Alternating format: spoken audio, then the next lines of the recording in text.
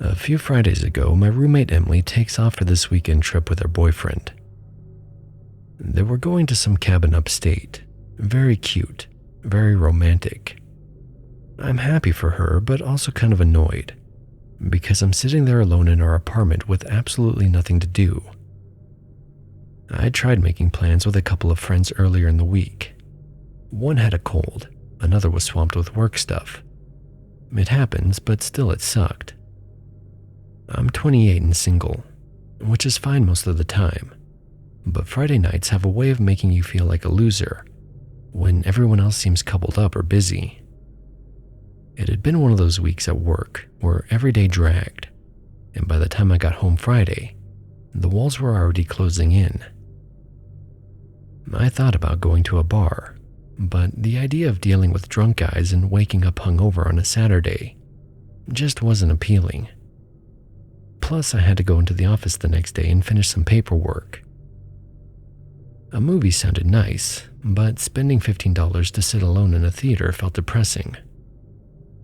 So I'm on my couch doom scrolling through Instagram and TikTok, watching everyone else's highlight reels, when I remember the Randonautica app buried on my phone. I downloaded it maybe 3 years ago during that whole craze, and honestly forgot it was still there. I'd used it a handful of times. Once it took me to this really pretty waterfall on a trail I'd never heard of. That was fun. Mostly though, I just think it's a random location generator, not some quantum reality manipulation thing or whatever people claim. If I threw darts at a map, I'd get the same result. But I figured, why not? A drive sounded better than staring at my phone all night. I opened the app and set the distance to the maximum it would let me go without being ridiculous. I didn't bother with an intention, and that part always felt silly to me. I hit generate and it marked a spot west of my place, out in this housing development I'd driven past before but never actually been to. It's about 15 minutes away. I grabbed my keys and headed out. The drive was nice enough. I had the windows down and the music on. The development was one of those newer ones, all beige siding and identical lawns. I parked on the edge and decided to walk the rest of the way in. The pin was only about 2 miles away.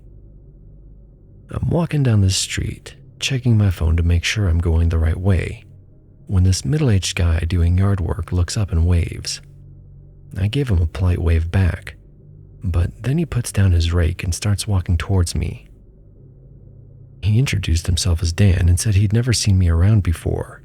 He made this whole point of saying he knew everyone in the community, since he'd lived there about 6 years. Kind of bragged he was one of the first ones living there. I told him my name was Sarah and that I was just out for a walk and exploring the area. He seemed normal enough. Cargo shorts, a polo shirt with a full-on dad bod. We talked for a few minutes. He mentioned he had a daughter in college, then asked if I was visiting someone or lived nearby. I kept my answers vague, just said I was from the next town over and wanted to get out of the house for a bit. He was polite about it, told me to enjoy my walk, and went back to his yard work.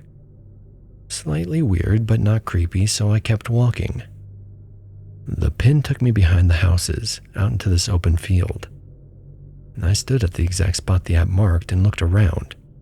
There was nothing except grass and some trees in the distance. The sun was starting to set though, and honestly it was really pretty.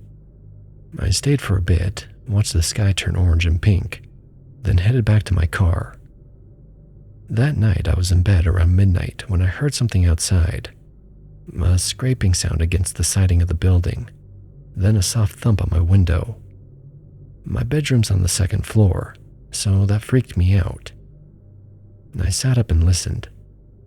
It happened again, scrape, thump. I grabbed my phone, ready to call 911, but then it stopped. I convinced myself it was the wind or maybe a tree branch. We have this big oak near the building. Eventually I fell asleep. The next morning I dragged myself into the office. It wasn't much to do, but I hadn't finished some work last week, and the papers had to be in on Monday. I was driving to the office when my phone buzzed with a notification. AirTag detected near you. I stared at it confused. I don't have an AirTag. I figured maybe it was a glitch. But when I parked in the garage at work, I heard a faint beep. It sounded like it was coming from under my car. I got out, crouched down, and looked. It took me maybe 5 seconds to spot it, a small white tracker clipped to the metal strap of my gas tank. My stomach kind of went queasy thinking about what this implied. I pulled it off and just stared at it in my hand. Then I called the police. They came and took the AirTag and said they'd look into it. I told them about Dan, the guy from the housing development, but I didn't have his last name or address, only a first name and a vague description. I was only a few feet away from the car when he stopped me, and he probably figured out it was mine. He was the only person I could think of that might have done it. The officer wrote it all down and said they'd follow up. I haven't heard anything back yet. I keep thinking about those sounds outside my window that night, the scraping and the thumping. I now think someone was out there. I want to believe that now that I found the tracker, whoever it was will back off. Like they know they got caught and that's enough. But I don't know. I'm keeping my doors locked and I'm checking my car every day. Maybe it wasn't Dan. Could have been someone else entirely. But there was a look in his eyes when he was talking to me I can't get over. Small at the time, but with this also happening, it could have been something more. Or I'm just paranoid after finding this. I don't really know. I don't blame the app, but if I hadn't used it, I never would have been out that way.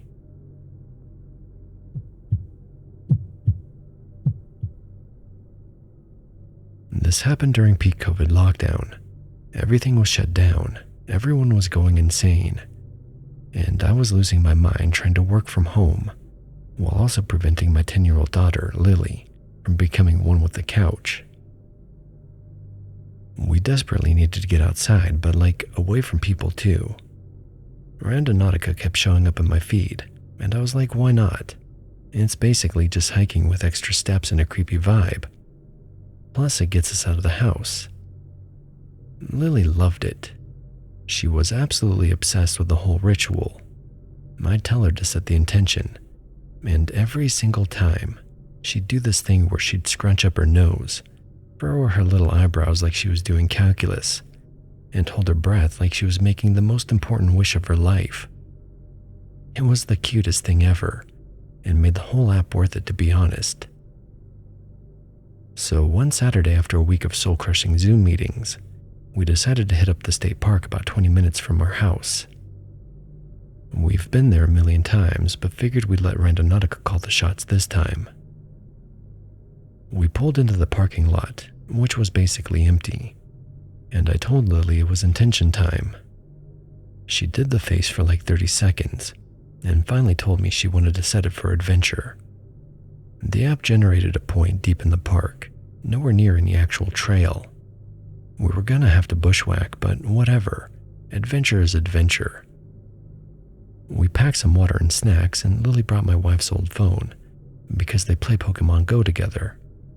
The deal was Lily would catch Pokemon for her mom's account while we hiked. Started on a fire road, but pretty quickly the map had us going off into the woods. The ground was getting rough, and after 20 minutes Lily was dragging, complaining her legs were tired. Very dramatic, as 10-year-olds are. So I squatted down and she climbed on my shoulders. We became this slow, top-heavy adventuring unit. Only annoying part was she was still glued to the phone catching Pokemon, and every time she threw a Pokeball, the corner of the phone would whack me on the top of the head. Thwack, thwack, got him, thwack. But honestly, I didn't care. She was having fun and I was getting my steps in. Maybe 30 minutes off the main trail is when I heard it. A gunshot. Close enough to make me freeze completely. State land is usually cool for target practice in designated spots, but we were not near one. We were like a quarter mile from a popular hiking loop. You don't shoot that close to where people are walking.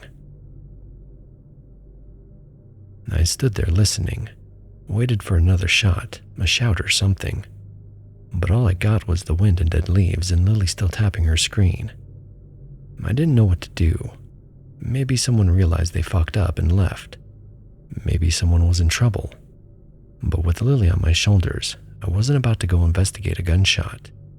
It sounded far enough away, in the opposite direction we were headed, so I convinced myself we weren't in immediate danger. Waited another minute, heard nothing else, and decided to push through to the Randonautica point, and then get the hell out of there. We finally reached the spot. There wasn't anything crazy, only a tree, but like a really weird Dr. Seuss looking tree. It had been bent by a storm or something, and it grew at a 45-degree angle before shooting back up, with these huge twisting branches going sideways, bent enough that I could sit on the trunk like a bench, and Lily could climb on it like a jungle gym. She played on it for a bit, burning off energy. When she got bored, she sat on a branch and went back to Pokemon. I leaned back for a rest and grabbed my water, took a long drink, and when I looked up, she wasn't on the tree anymore. I called her name a few times before she answered from somewhere in the trees, all excited, saying she'd found a Snorlax. Great, I thought. Probably a rare one. I told her it was time to go and to come back. She didn't move. Instead, she said the Snorlax was sleeping and that he was really big.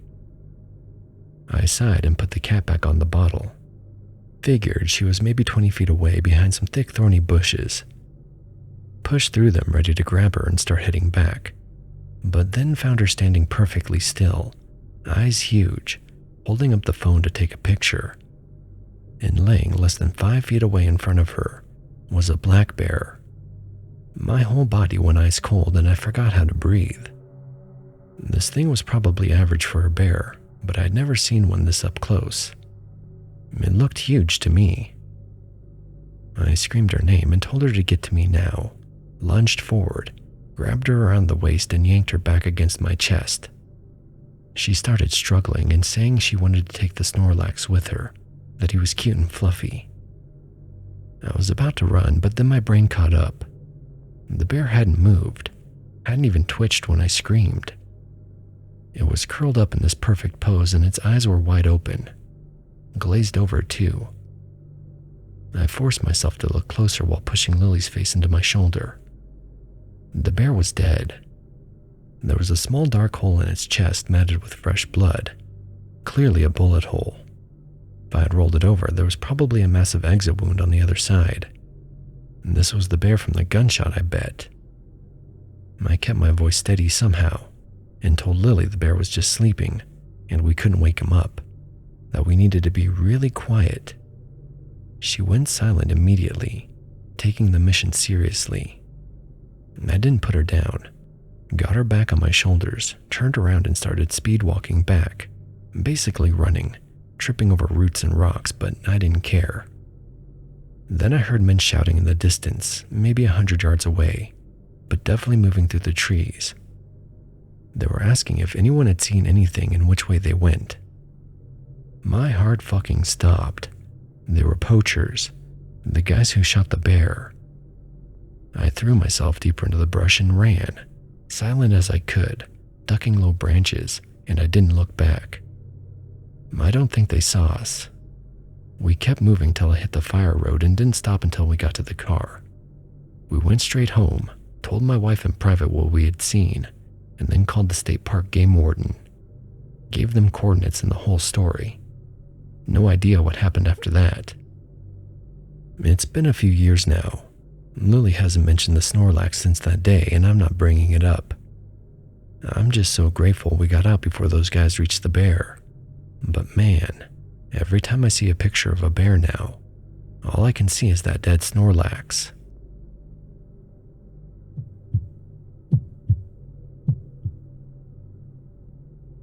My friend Jake and I have been using Randonautica for about a year now, maybe once or twice a month when we both have time. It's become kind of our thing. We live in the foothills near some mountains, and there's tons of old mining history around here, so we've had pretty good luck finding stuff. Not every time, but enough to keep it interesting. We've pulled up antique bottles, old tools, pretty rocks, that sort of thing. One time we found what must have been an old settler's camp, because there were dozens of bottles from the 1800s half buried in the dirt. We cleaned them up and actually sold a few to an antique shop in town. We made about $80, which isn't much, but it felt pretty cool. The finds aren't really the point though. We just like getting out, exploring areas we'd never normally go to, and seeing what's out there. Even when we don't find anything, it's still a good time hiking around. This one time though, maybe 6 months back, we found something that still bothers me when I think about it. Not enough to make us stop using the app or anything, but it definitely left us both pretty unsettled. We'd driven out to the same field where we found those settlers' bottles. It's surrounded by forest on all sides, and we figured if we got lucky once there, maybe we'd get lucky again. We did the whole setup, set our intention, and got our coordinates. The location was a good ways into the forest this time, deeper than we'd gone before. The walk-in wasn't bad. We passed some interesting rock outcrops and followed our phones through increasingly dense trees. There are old mining and prospector caves scattered around the area, though we'd never actually seen one up close. After about 20 minutes of hiking, the coordinates led us right to the mouth of what looked like an old cave. Not huge, but definitely man-made. Probably an old prospector hole from back in the day. We looked around outside first.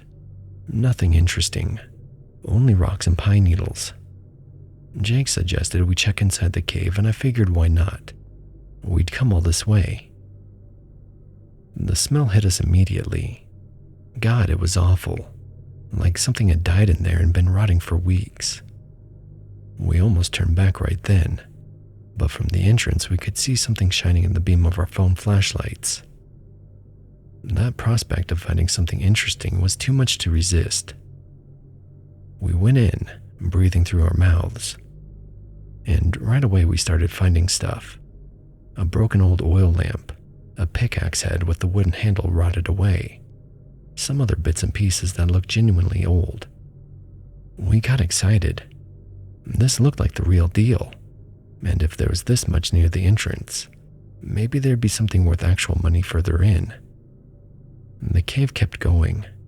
It was deeper than I expected and about 7 feet high, and it curved slightly so you couldn't see the end from the entrance.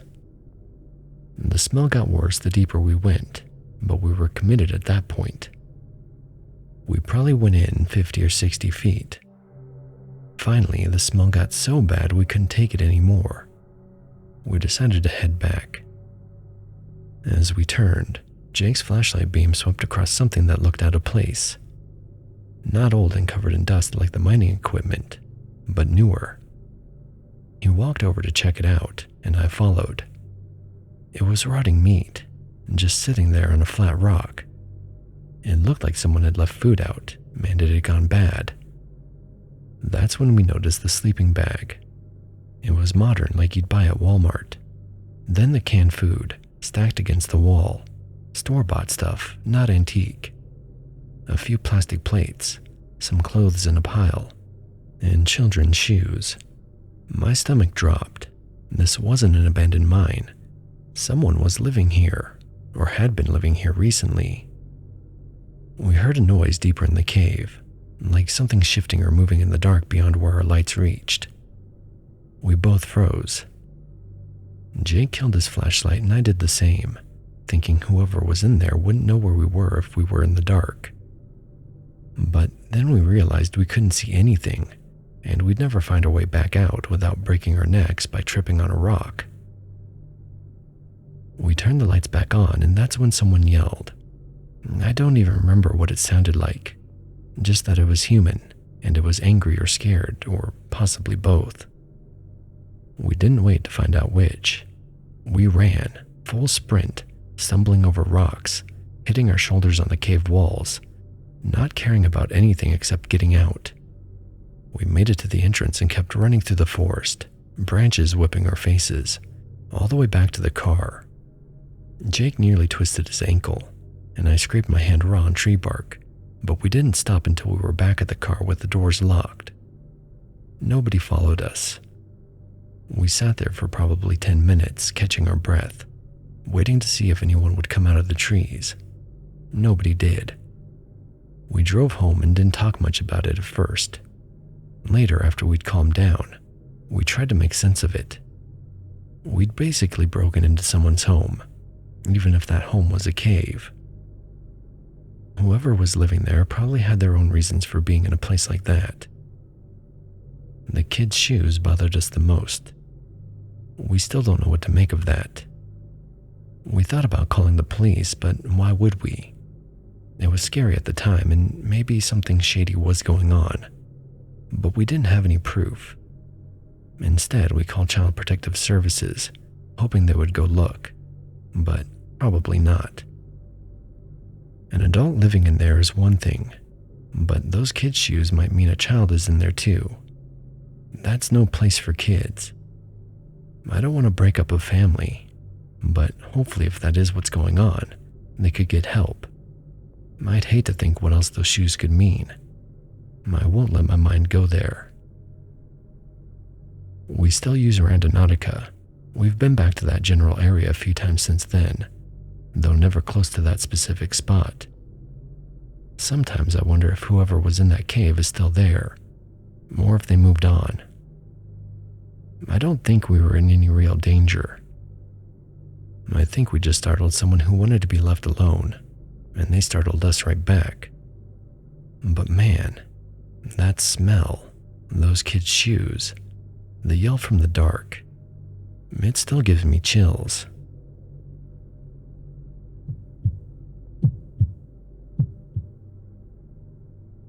My wife and I both work desk jobs. Mine's in IT, hers is in accounting. A few months back, our doctor basically gave us a polite but firm lecture about our health. Too much sitting, not enough activity. For years, our default setting had been the couch, Netflix, and a bag of chips. We needed a new hobby, something that would actually force us outside and moving. We tried a couple of different things first. Geocaching was initially fun, but we quickly ran into the common problem. Too many finds weren't being replaced, or the containers were completely ruined. It felt like solving a puzzle, only to find an empty box every time. Then we found Randonautica. Look, we're not delusional about it. We don't think the app is pulling coordinates from some astral plane or anything like that. But we love the concept of putting an intention out there and letting a random point draw you to something unexpected. It has this element of genuine mystery that the other apps just don't have. Plus, it's actually gotten us off the sofa and walking 5 to 6 miles a week. We've stayed mostly in the suburbs around our home, and honestly, we've discovered some amazing little coffee shops and quiet parks we never knew existed, just tucked away in neighborhoods we'd never had a reason to explore. This past Sunday, we'd pretty much exhausted the areas immediately surrounding our usual routes, so we decided to push a little further out and see what we could find. The coordinates came back with our intention set to interesting. The app dropped a point that was about a 40-minute walk away, right on the edge of the nicest part of our area. It was a beautiful day and we had nothing else planned, so we figured why not. Walking into that neighborhood was like stepping onto a movie set. I'm not exaggerating. The streets were wide and perfectly manicured. Every single lawn looked like it was professionally maintained within an inch of its life. We passed houses that were more like compounds. Some were Spanish-style villas with terracotta roofs and courtyards. Others were these ultra-modern glass boxes that probably had their own architects. Several had high walls or wrought iron gates, and you could only glimpse the driveways and the edges of these enormous properties. We spent a good 10 minutes just daydreaming out loud about what we'd do with a 7-figure mortgage and that kind of square footage. Home theater? Definitely. Maybe an actual library. A pool, obviously. The coordinates led us past all the gates and main streets into a slightly less developed section, though still pristine. Our point was still a couple 100 yards away, tucked behind one of the larger properties we'd passed. We found this narrow paved walkway between two houses that was marked as a utility easement. It led to an open, slightly overgrown field behind all the properties. We started calling it the rich person's playground, because it clearly wasn't maintained the same way the front yards were. And this field wasn't pristine like the lawns. It was crisscrossed with dirt trails, definitely worn down by mountain bikers, or maybe even dirt bikes. We could see the faint outline of a path that curved into a small thicket of trees at the far end of the field. The app's marker was about 200 yards off the main trail, directly behind one of the most absurdly large houses we had passed on our way in. We bushwhacked through the long grass to get to the exact point. We got there, checked the map on my phone, and confirmed we were standing right on the spot of the anomaly coordinates. At first, we saw absolutely nothing, just tall, slightly flattened grass and some weeds. Then my wife, Sarah, pointed off to the side. "Look at that," she said. Leading away from where we stood was a much more distinct track in the grass, pressed down by repeated use. But it wasn't a wide trail like the bike paths. It was narrow like a single-file footpath, and it led back into a tight grove of old oak and maple trees about 40 yards deeper into the brush. "Maybe it's a deer trail," she suggested.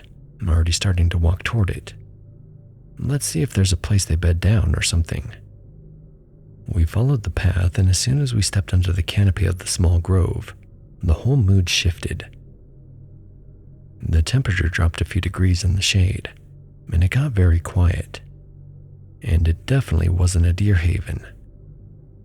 The first thing I noticed was the tripod. I do amateur photography, nothing serious, just a hobby to get me outside sometimes. So I recognized it immediately. This was a high-end carbon fiber model, the kind that costs well over $1,000, maybe closer to $2,000. It wasn't neatly packed up and leaning against a tree. It was set up, fully extended to eye level, and pointing right out of the grove, directly toward the massive multi-story house we had been walking behind. I tried to play it off, keeping things light.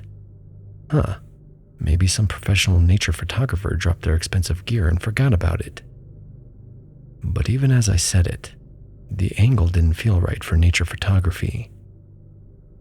It was aimed perfectly at the house, at specific windows on the second floor. I even joked, trying to break the tension I was starting to feel. "We should grab this thing. It's worth more than our car."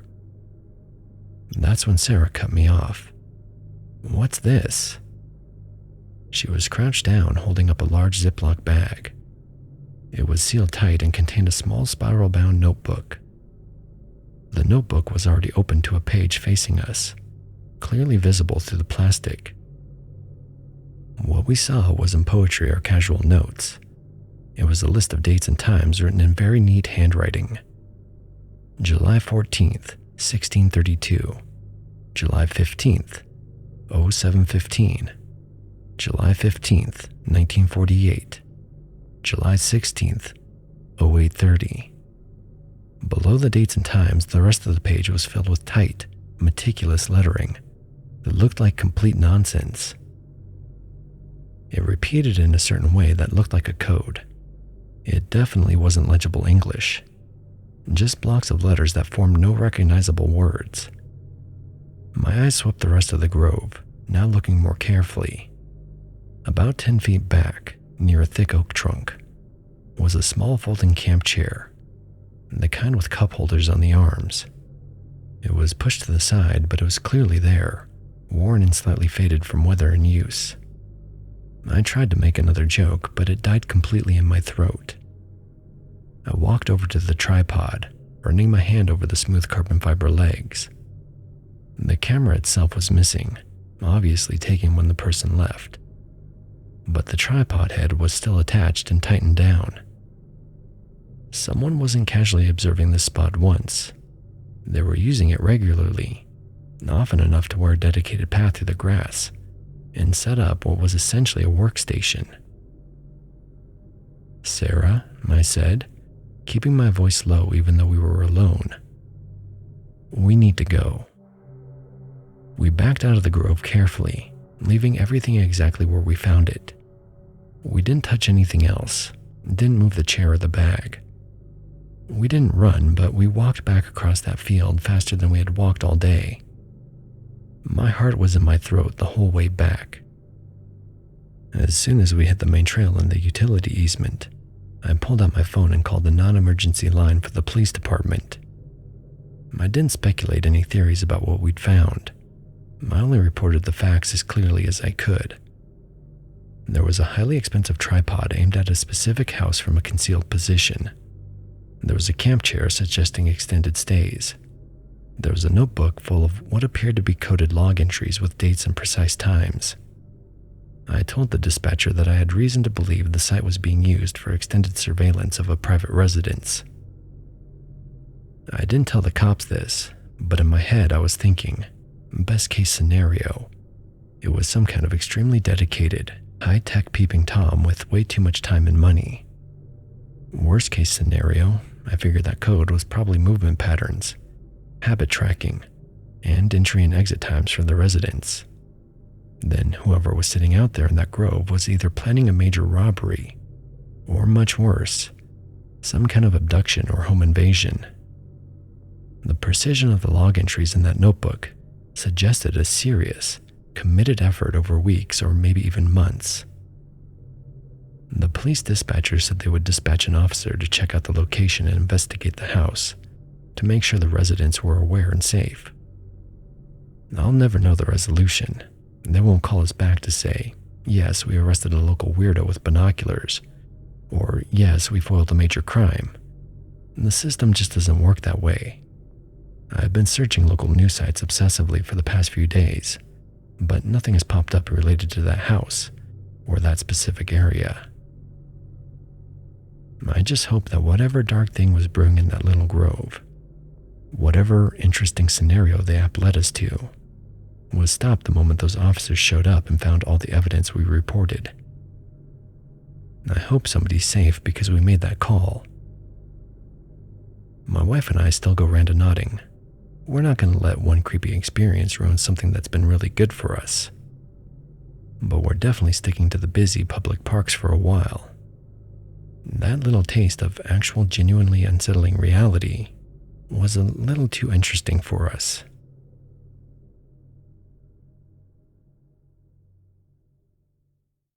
You have been watching Neon Noir, a Radeon production brought to you by Spoopy Cola.